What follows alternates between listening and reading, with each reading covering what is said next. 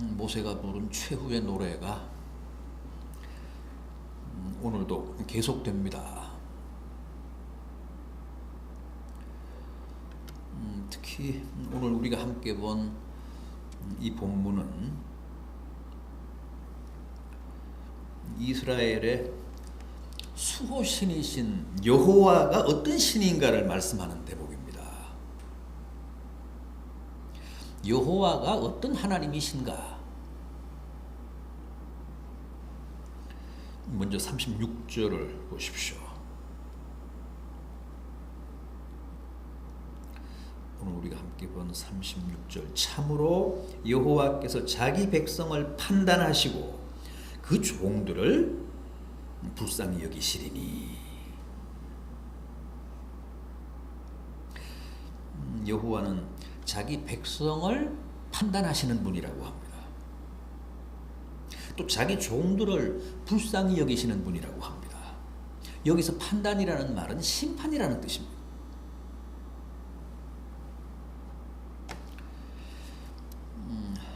여호와는 불신자들, 이방인들만 판단하시고 심판하시는 분이 아니십니다. 당신의 택하신 백성도 심판하십니다. 어떻게 심판하십니까? 당연히 공평무사하게, 가장 공의롭게 심판하십니다. 이 세상에서 이루어지는 심판, 이 세상에서 이루어지는 재판은 정의롭지 못하고 공평하지 못합니다. 그래서 세상 재판은 억울한 사람들을 양산합니다. 그런데 하나님의 재판에는 오판이 없습니다. 하나님의 심판은 절대 공정하고 공평합니다. 신약 로마서 2장 12절입니다. 무릇 율법에 범죄한 자는 율법 없이 범죄한 자는 율법 없이, 무릇 율법이 있고 범죄한 자는 율법으로 말미암아 심판을 받으리라. 역시 그 아래 로마서 2장 12절 아래 14절 이하입니다.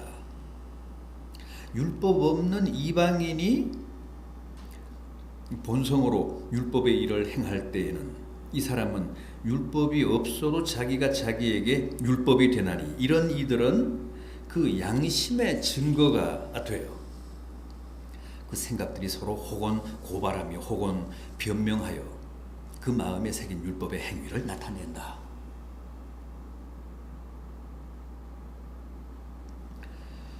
하나님은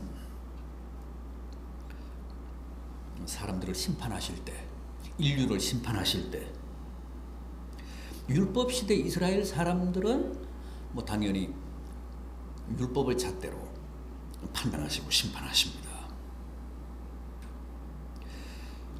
그러나 율법이 주어지지 않았던 이방인들은 인간의 본성, 인간의 양심을 기준으로 심판하신다는 말씀입니다.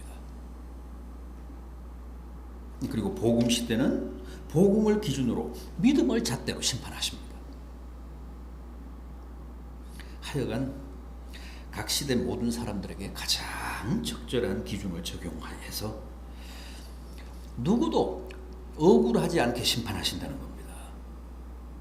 그런데 특별히 그 심판 때 당신의 종들은 불쌍히 여기신다고 합니다. 모든 사람들을 엄정하게 칼처럼 심판하시지만 특히 당신의 종들, 당신의 택하신 백성들에 대해서는 불쌍히 여기는 마음, 연민을 가지고 심판하신다고 합니다. 그런데 그게 또한 공정하다고 하십니다. 왜냐하면 하나님은 당신의 종들이 하나님의 일을 위해 얼마나 애쓰고 수고했는지를 누구보다도 잘 알고 계십니다. 그동안 당신의 종들의 삶의 애환을 하나님은 누구보다도 밝히 봐오셨습니다. 그래서 심판 때 그 점을 참작하신다는 뜻입니다. 엄정하게 공의롭게 심판하시지만 특별히 당신의 택하신 백성이나 당신의 택하신 종들에 대해서는 연민을 가지고 심판하신다. 정상을 참작한다. 그런 뜻입니다.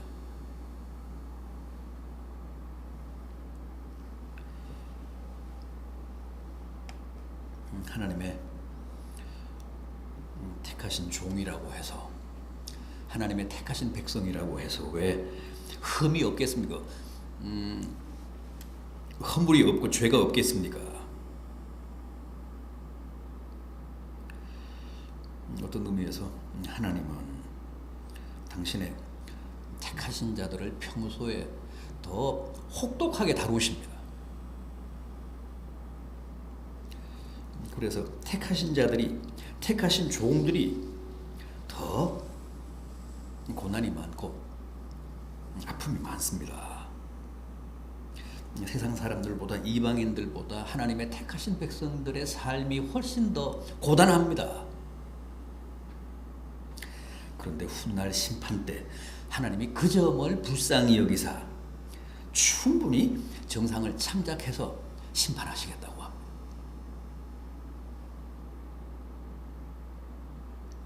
기억하시기 바랍니다. 반드시 엄정하게 공의롭게 가장 적절한 잣대로 세상 모든 사람들을 심판하시지만 당신의 택하신 백성과 당신의 택하신 종들에 한해서는 무한한 연민으로 충분히 정상을 참작해서 심판하신다고 하신 말씀,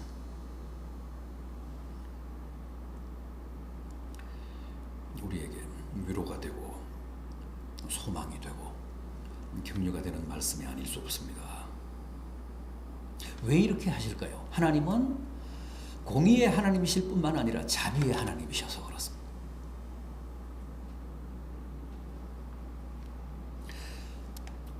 하나님은 냉정하신 분이십니다. 그러나 또한 긍휼이 많으신 분이십니다.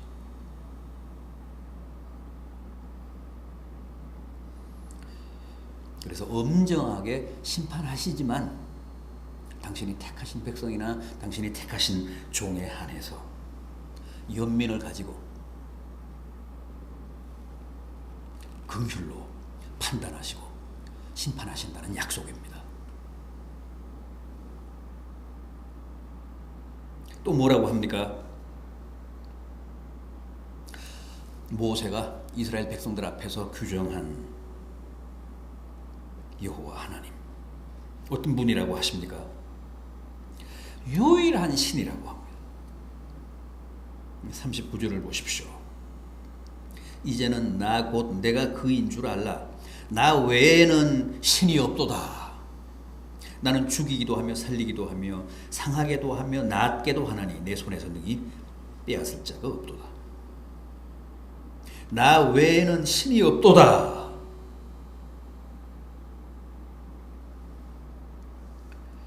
수많은 사람들, 수많은 민족과 나라들이 아직도 세상은 넓고 신들은 많다고 하는데,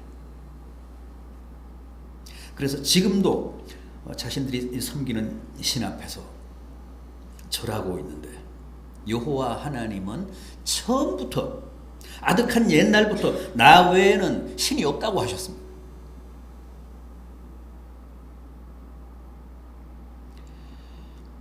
여호와 외에는 신이 없기 때문에 신을 자처하는 모든 우상들은 다 거짓신이라고 하십니다. 사실 우리는 이 말씀 때문에 유일신관을 고소하고 있잖아요. 타 종교를 인정하거나 타 종교를 존중하기가 어렵잖아요. 하나님이 나 외에는 신이 없다고 선언하셨기 때문입니다. 생각해 보십시오. 하나님 자신이 이렇게 나 외에는 다른 신이 없다고 하셨는데도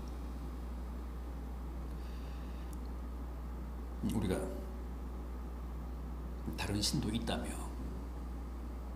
다른 신의 존재를 인정한다면 어떻게 하나님 신앙이 성립이 될 수 있겠습니까?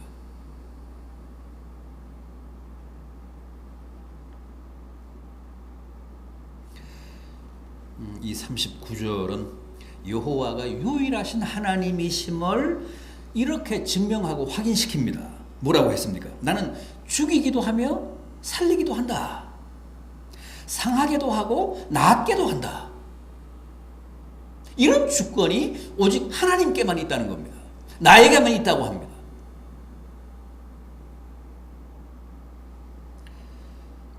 그 어떤 신에게도 이런 권세, 이런 주권은 없습니다. 오직 하나님께만 우리를 죽이기도 하고 살리기도 하시는 권세, 우리를 상하게도 하고 낫게도 하시는 권세가 있다는 거예요.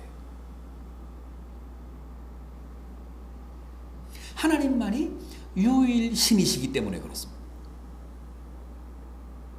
그래서 이런 권세, 이런 주권이 오직 하나님께만 있습니다.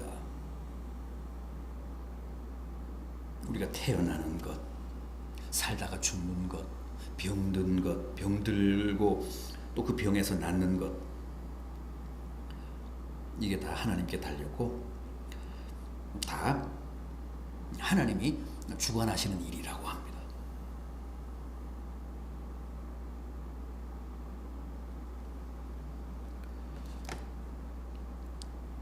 하나님을 믿는 사람에 대해서는 이런 인간의 생사화복을 하나님이 주관하시고, 부처님을 믿는 사람에 대해서는 부처님이 인간의 생사화복을 주관하시고, 무슨 알라를 믿는 사람들은 알라가 그 무슬림들의 생사화복을 주관하는 게 아니고 모든 인류의 생사화복은 오직 한 분, 하나님이 다 주관하신다는 겁니다. 하나님이 유일하신 신이시기 때문에 여호와 외에는 세상에 다른 신이 존재하지 않기 때문에 하나님이 다 주관하십니다. 지금 우상을 섬기고 있는 사람들, 자기가 섬기는 신이 자기들에게 은혜를 베풀고 축복을 허락한다고 믿고 있는 사람들은 사실상 다 속고 있고 마귀에게 기만당하고 있습니다. 적어도 우리는 그렇게 믿습니다.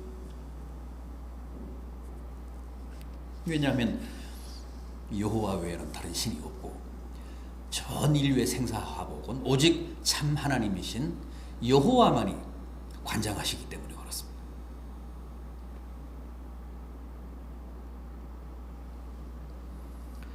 우리가 우리의 삶과 행복을 위해, 내 가족들의 무병장수를 위해 하나님께 기도하는 것은 너무나도 복되고 타당한 일입니다. 하나님이 그런 인간의 운명을 다 주관하시기 때문에 그분께 우리의 무탈을 위해, 우리의 행복을 위해 기도하는 것은 옳습니다.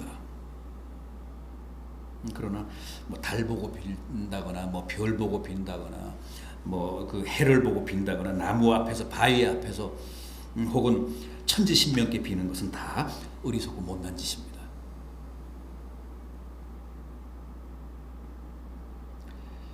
하나님만이 우리가 기도하면 죽어가던 사람도 살리실 수 있고, 병든 사람도 온전케 하실 수 있고, 불행했던 사람도 행복하게 살아가게 하실 수 있는 유일한 분이십니다. 그래서 하나님께 신념을 가지고 믿음을 가지고 기도해야 합니다.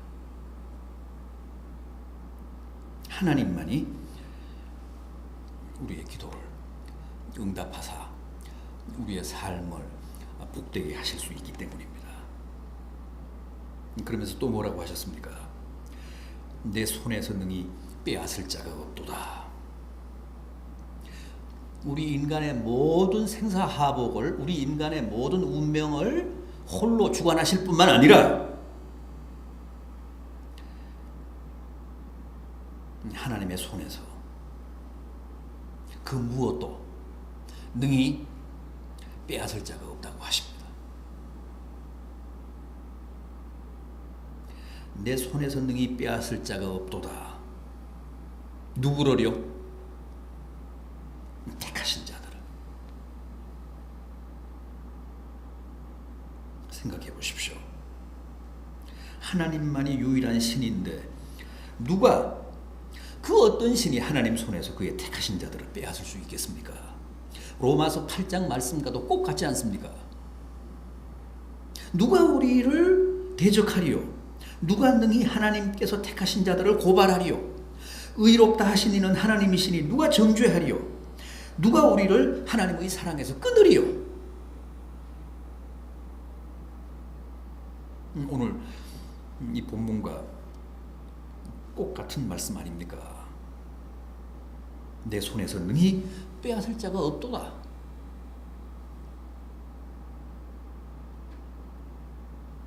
하나님의 손에서 택하신 자들을 빼앗아갈 사람은, 빼앗아갈 수 있는 존재는 아무도 없습니다. 그래서 모세가 뭐라고 고백합니까? 40절을 보십시오. 이런 내가 하늘을 향하여 내 손을 들고 말하기를 내가 영원히 살리라 하였노라. 내가 영원히 살리라. 하나님의 손에서 그 택하신 백성, 그 택하신 종을 빼앗아갈 존재가 없기 때문에 내가 영원히 살리라며 계가를 올린 겁니다. 그런데 생각해 보십시오. 이 모세는 이제 내일 모레면 가나안에도 못 들어가고 이 광야에서 죽을 사람입니다. 그런데 하늘을 향해 두 손을 치켜들고 내가 영원히 살리라 그렇게 고백을 합니다. 그렇게 외치고 있습니다. 여러분, 믿는 사람들은, 하나님의 택하신 백성, 하나님의 택하신 자들은 영원히 삽니다. 죽어도 삽니다. 죽음이 곧 영원한 삶의 시작입니다.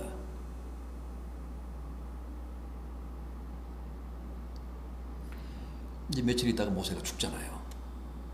그것으로 끝나는 게 아니지 않습니까? 죽는 순간 시간에서 이제 영원의 세계로 들어가잖아요. 거기서 이제 영원히 사는 겁니다.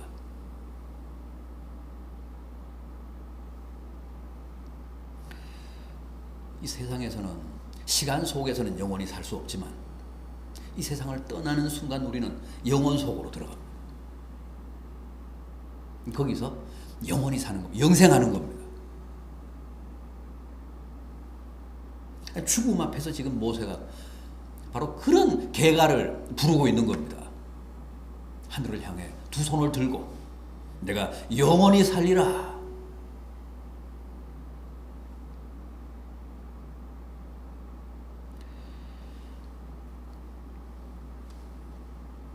우리에게도 이런 확신이 있어야 합니다.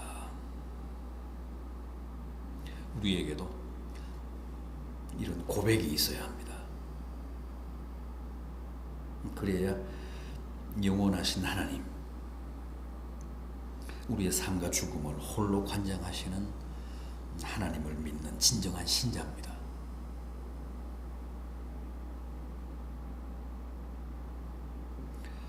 사실 우리가 신앙생활을 하는 궁극적인 목적은 영생이잖아요. 죽지 않고 영원히 살자는 거 아닙니까? 지옥 가는 사람은 영원히 죽는 거지만 천국 가는 사람은 하나님과 주님과 영원히 사는 겁니다.